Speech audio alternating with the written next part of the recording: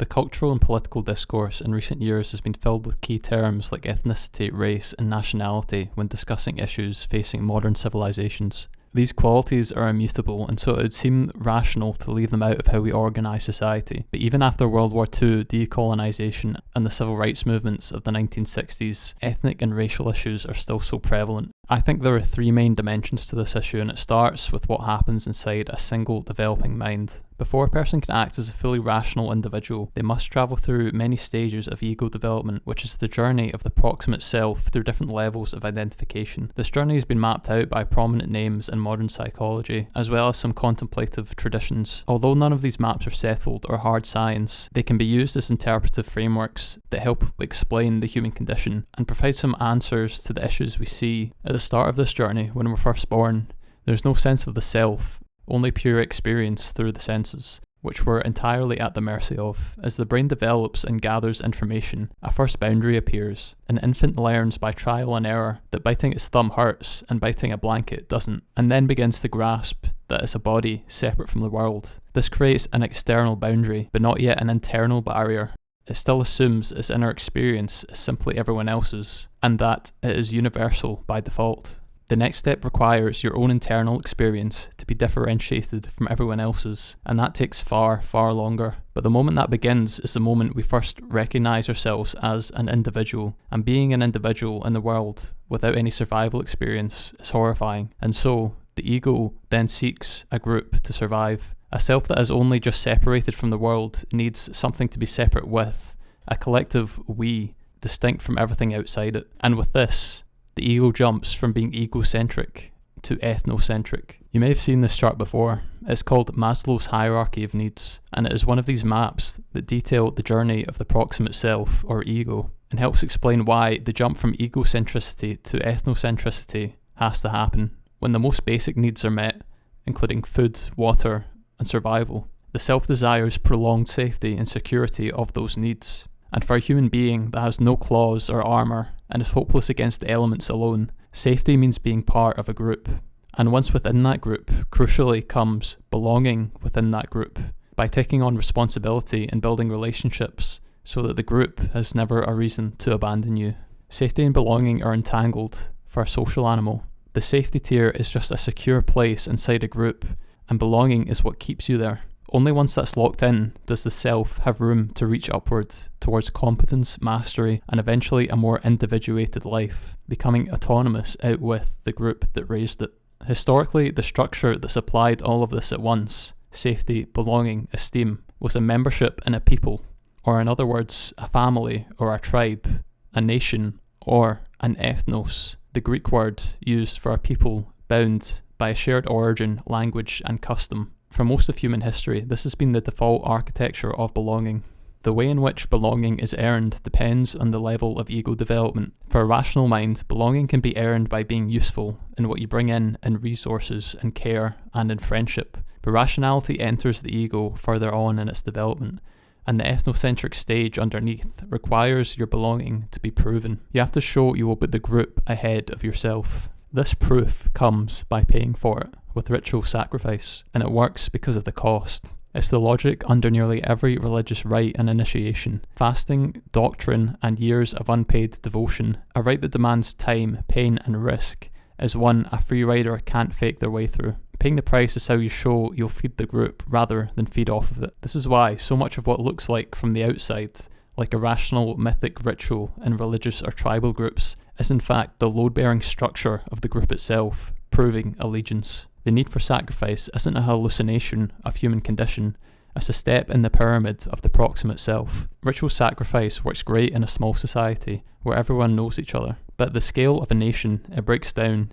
and you can't track who's taken part in which initiation. So a weaker but more efficient solution emerges in the form of ethnic markers, quick visible cues for who is a part of your united group of language, dress, and shared practice. Beyond whatever they functionally do, they act as implicit identification. On this level, group dynamics change from sacrifice, punishment, and exile into responsibility for others in the group, shaming those who do not follow the culture, and imprisonment or death for severe misbehaviour. Jared Diamond saw the use of ethnic markers among traditional societies of New Guinea. The island held many tribes, Within each one, people knew each other, and intertribal marriages built friendly ties to neighbouring tribes. But you can't track face by face which of all those nearby tribes to trust. What made it manageable was language, because New Guinea's languages were astonishingly diverse, close to one per tribe. You can't remember every individual within each friendly tribe, but you can remember which ethnos your people are on good terms with,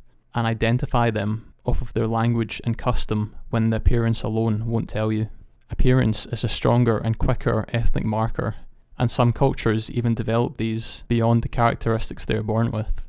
For example, in early Islam, believers were told to grow their beards specifically to be visibly distinct from the surrounding peoples, creating a marker of belonging worn on the face.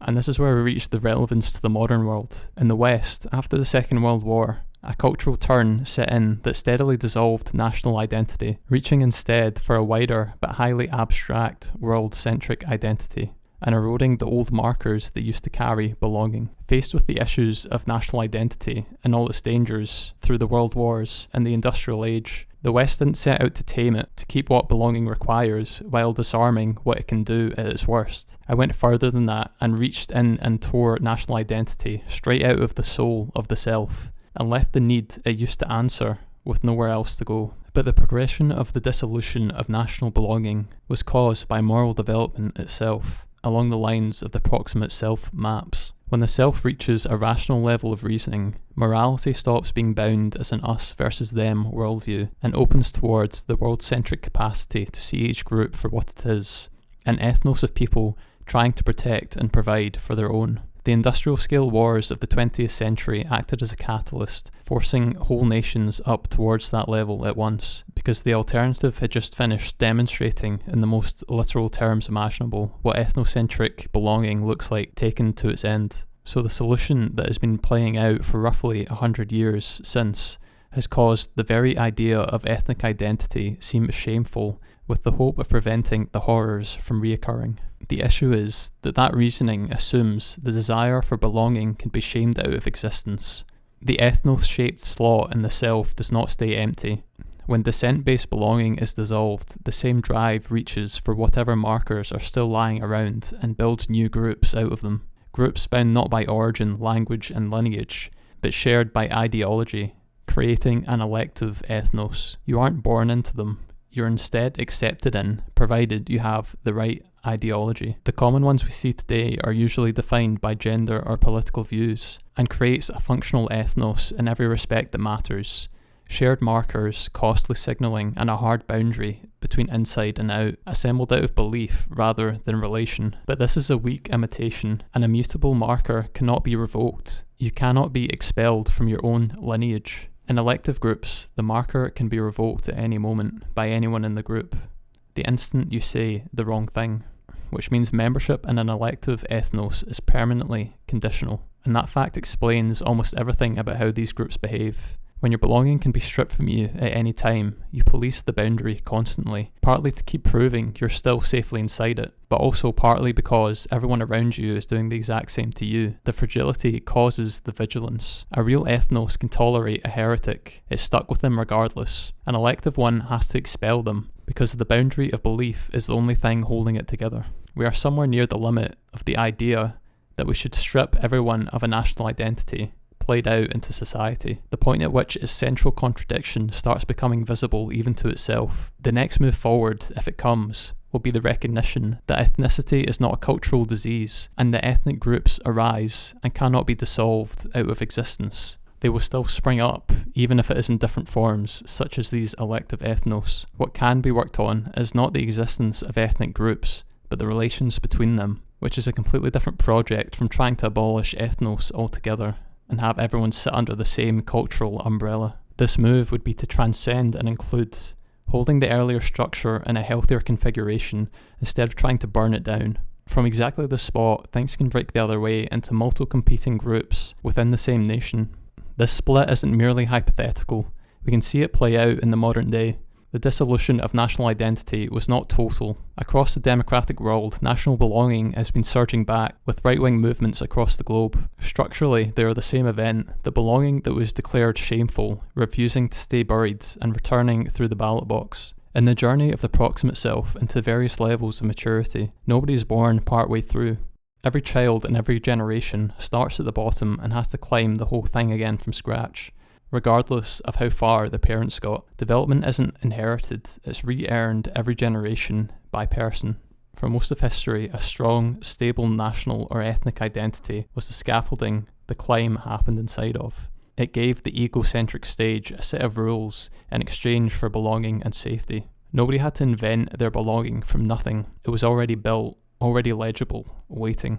Some of what's still standing carries the same visible markers of skin colour, gender and social class. These work as tribal identities because they're quickly identified at a glance or from a simple conversation. Where national identity used to be the marker carrying the weight, these step into the gap it left behind.